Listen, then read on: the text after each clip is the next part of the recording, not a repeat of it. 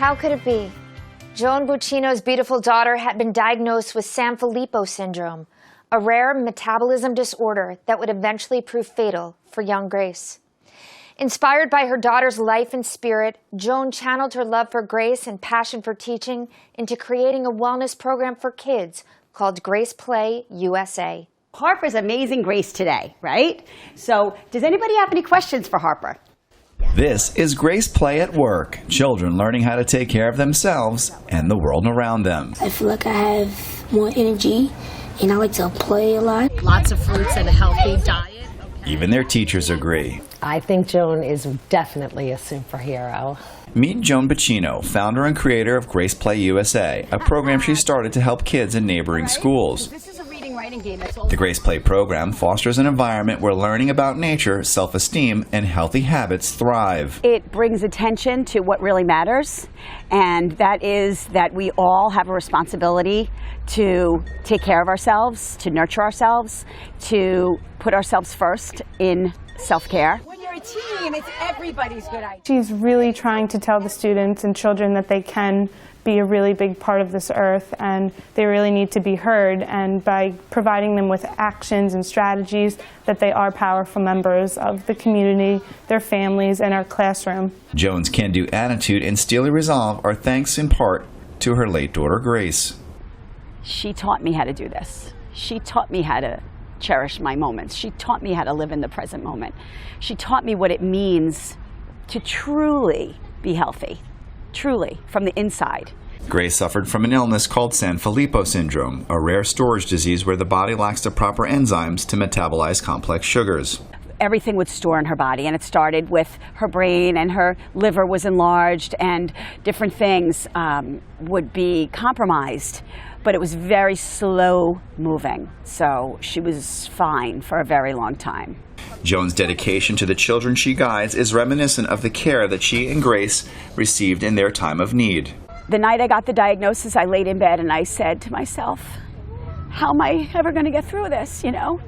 And a big, strong voice came in my head and it said, angels will come. Angels will come. And it then happened. That happened. You know, people started coming over and helping me, and physical therapists and occupational therapists and teachers, the most incredible, brilliant people that were like, okay, we have a plan. Sadly, Grace passed away August 13th, 2014. She was 13 years old.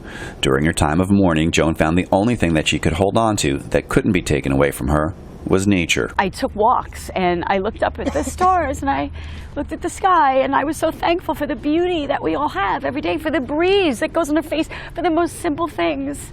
If I wasn't so in love with nature, that I wouldn't have been able to feel so protected, even though I was going through such difficult times. Joan saw a movie about the environment that motivated her to take action. Really talked a lot about the environment and children and how we have to do something, that everyone has to do something. We can't just say, oh, someone else is going to do it. We all have to do something. And when I saw that, it inspired me so much to do the I Love My Planet game. Joan's teaching style finds both teachers and students happily participating in games like I Love My Planet and 5 Each Day, where kids are rewarded for eating at least 5 fruits or vegetables in a given day. When you eat vegetables, it helps you to run fast, and it helps you you don't have cavities and stuff. Be happy and embrace yourself. When I look around and I see so many people neglecting to do that, and we're all guilty of it at some time, but really Grace's life really kind of hit me. Look at what happens inside of a body when it's not working properly, and it was easy to see it happening inside of Grace. It's not always easy to see it happening with other children, and with childhood obesity being the way it is, and diabetes and asthma and all kinds of issues that we face today, it's very important to start to address these things very young. Joan and Grace have left a lasting impression on those they've helped in her memory, and the positive outlook Joan strives to share.